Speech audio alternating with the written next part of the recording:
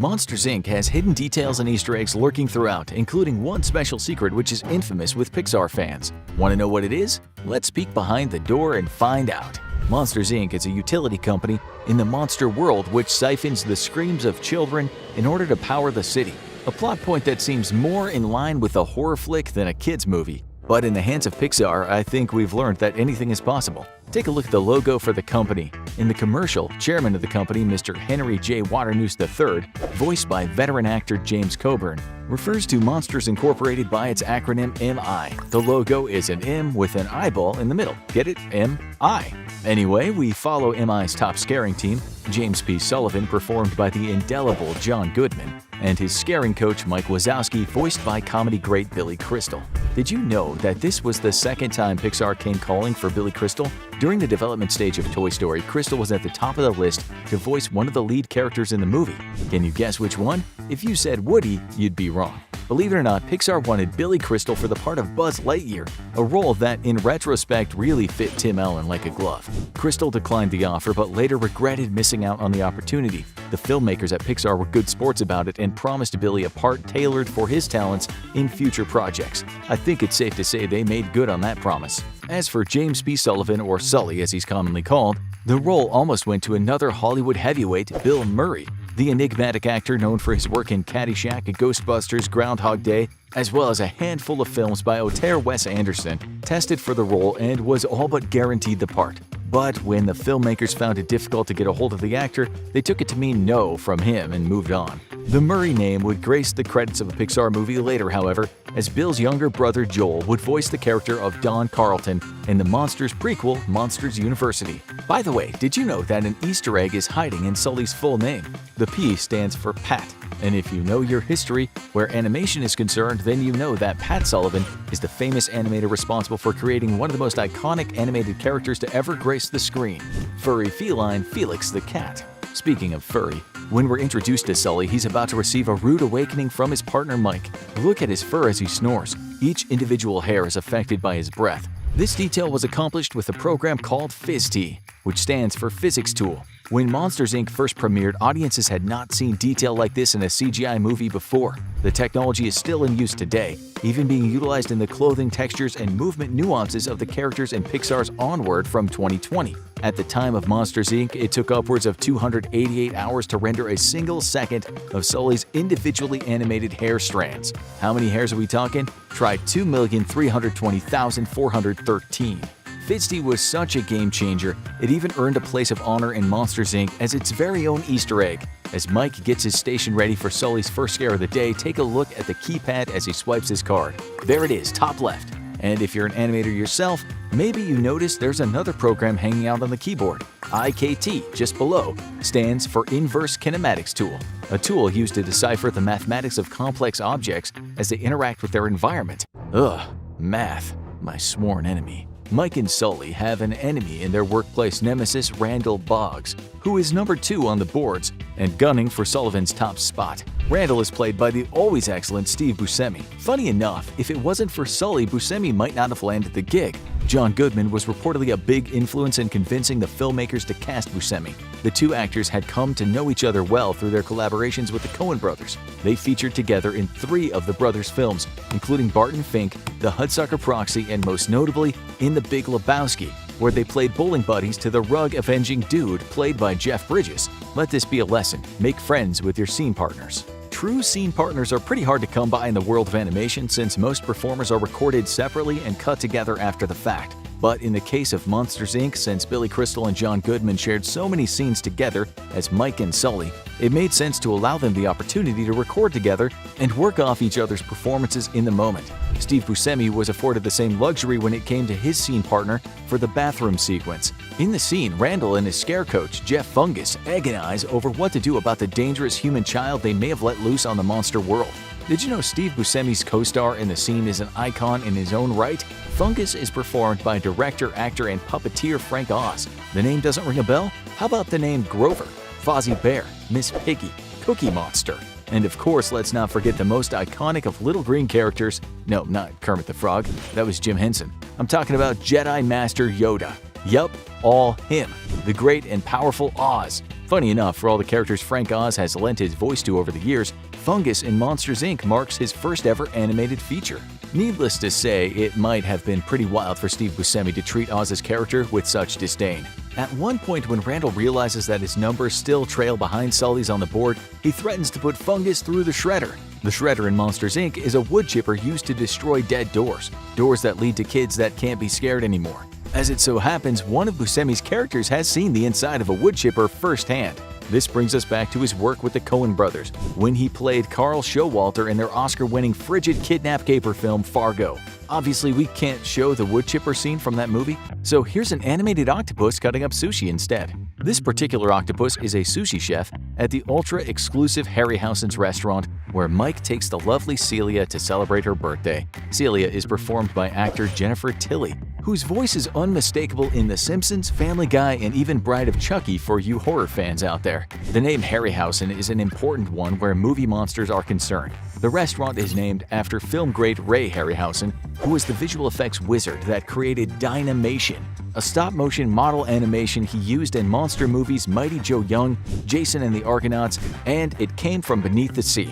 But hold on a second, let's go back to our octopus sushi chef. Notice anything interesting? There's really nothing octo about him. He has only 6 arms instead of 8. This is also a little wink to Ray Harryhausen. Our sushi chef is a tribute to the 6-armed octopus he created for It Came From Beneath the Sea. The creature is famously missing 2 tentacles due to budget constraints. Of course, there is no creature in Monsters, Inc. more terrifying than Boo, the adorable little girl who toddles into a monster world and Sully's heart. Of course, Boo isn't her real name. Sully named her Boo after witnessing her mad hide-and-seek skills. So what's her real name?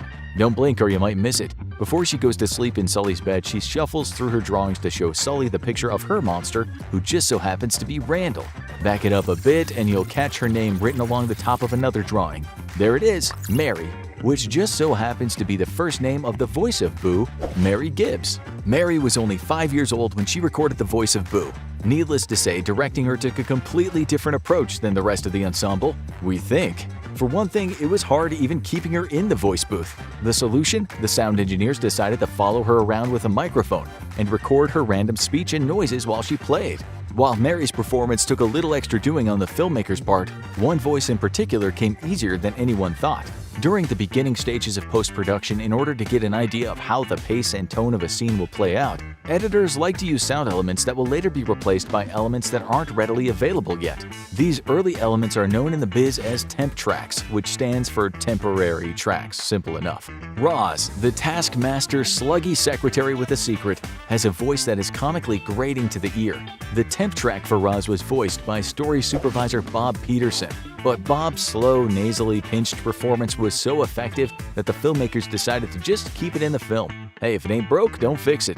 Of course, if whatever it is protocol and it is broken, you can bet it'll be Roz who's on you like slime on a slug. One important protocol code that strikes fear into the hearts of the employees at Monsters, Inc. is the dreaded Code 2319.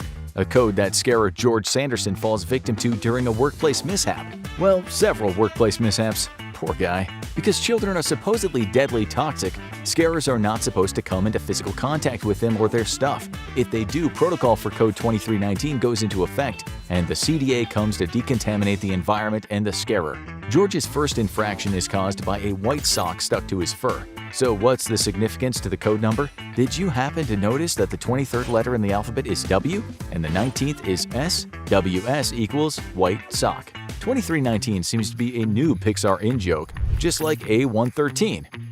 A113. We haven't come across that number yet in this video, have we? Have you seen it? Well, keep your eyes peeled. But like I was saying, 2319 is its own little Easter egg in another movie.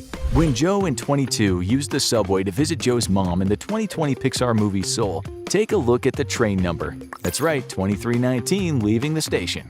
Of course, we already covered the appearance of Mike and Sully in a Cars version of Monsters, Inc. during the end credits of that movie, not to mention Mike featuring as a piñata in Coco, but there are other movies where Monsters, Inc. Easter eggs lurk. During the Forky rescue mission at Second Chance Antiques in Toy Story 4, there's a moment when Duke Kaboom is being pursued by Dragon the cat. You're gonna have to be quick for this one. Look just above the cat's rump in this shot and you'll see a familiar sight. a canister from the scare floor. Another fun Easter egg can be found in the end credits of Finding Nemo. There's actually a lot of fun underwater hijinks going on around the credits as they roll, but be on the lookout after Nemo and Squirt seahorse around together. See what I did there? I'm not sure what circumstances brought him here, but that's Mike Wazowski doing a little swim-by in scuba gear. Actually, Finding Nemo was the next Pixar feature film to come out after Monsters, Inc., and Pixar really wanted to get the subliminal plugs anchored into our subconscious with a boatload of hidden Nemo Easter eggs. First off, not to spoon feed you here, but near the end of the movie when Sully brings Boo back to her room, she tries to get him to play with a Nemo toy. Of course, while we're here, we might as well address that she also tries to give him her Pixar Luxo ball and a Jessie doll. Jessie, of course, made her debut in Pixar's Toy Story 2. Boo also gives Sully her teddy bear, which really kind of explains why she's so attached to Mike's teddy bear, Little Mikey. It also just so happens to be the same kind of bear as the one in the opening shot of the movie. But back to the hidden Nemos. This next one is a little harder to spot. When Mike, Sully, and Boo finally get the jump on Randall, they literally pitch him into the human world. Look inside the room when Mike Wazowski opens the door, and there he is, that familiar little clownfish mounted on the wall. Another fun bonus Easter egg, we're looking at the interior of a trailer home. But when we get a good look at the exterior, did you happen to catch what's parked alongside it? That's right, the Pizza Planet delivery truck from Toy Story. You're a real pro if you got this one. Back at Harryhausen's, check out the panel on the right, just behind the not-so-octopus sushi chef. Yep, there he is again. Kinda hard to spot there when you don't know what you're looking for, and honestly, most people didn't when they saw Monsters, Inc. in theaters back in 2001. Thankfully, we live in the age of streaming. What a great time to be alive. Of course, before there were hidden Nemos, before even A113, there were hidden Mickeys, and you can find one in the opening credits of Monsters, Inc. As the feel-good jazzy music is playing and all the random shapes become a door, pay close attention when the door opens the very first time. Did you catch it? It's not a full Mickey, true, but look at the green truck on the bottom right corner of the closet and you'll see that it has a Mickey hat painted along its side. We'll count it. That snappy jazz music, by the way, was composed by Randy Newman. Monsters, Inc. is a milestone for Randy because after 16 Academy Award nominations for his music work in film, he finally nabbed his first win. Up to that point, he was jokingly referred to as the Susan Lucci of the Oscars. Susan Lucci was a daytime soap opera actor who was nominated 21 times for a Daytime Emmy, but never won the award for Outstanding Lead Actress until 1999. During his acceptance speech, Newman jokingly remarked, "I don't want your pity," which garnered a house full of laughs. In Monsters, Inc., Sully comes to realize that an alternative power source may be the answer. Instead of harnessing children's screams, the company shifts to harnessing children's laughter. And when they do, Sully becomes the coach and his little green buddy Mike gets the limelight. After Wazowski's first joke of the day, he's literally already filled his daily quota, which would be impressive if laughter wasn't 10 times more powerful than screams. Did you happen to notice the yellow canister in the scene? It's an absolute tank compared to the scare canisters used before it. While we're here, there's actually another super duper deep cut for you Billy Crystal fans. If you caught this reference, I want to shake your hand. Take a close look at the little dance Mike Wazowski does when he celebrates his successful comedy bit. Did you notice what he does with his mouth? This is referred to as the white man's overbite, a term Crystal himself gives as an example of in another hit movie he starred in, the 1989 romantic comedy smash hit, When Harry Met Sally. But I digress. The switch to laughter energy rewrites the rules for Monsters, Inc. Literally. Did you happen to see the poster hanging in Mike and Sully's cube? You're gonna want to pause for this one. It reads, 10 rules for comedy. And if you got the time to read through them all, you'll be rewarded with some monstrous silliness. There are enough extra Easter eggs and details for Monsters, Inc. to fill up another laugh canister, and we probably will. But we know there's one more hidden detail you're dying to see uncovered. The appearance of the famed A113. Pay close attention because if you blink, you just might miss it. A113 is… we don't know. The truth is, nobody seems to. Remember when I mentioned the one secret that marks Monsters, Inc. in infamy? This is it. A113 is nowhere to be found. Fans have agonized over this fact for a while now, especially because there are instances in the movie where the reference is so close. It's as if Pixar is toying with us. The trash compactor is XP13, huh? One of the CDA agents' number is 11-2, huh? One of the humongous pillars in the room full of doors reads A13! Ah, the madness! I'm okay.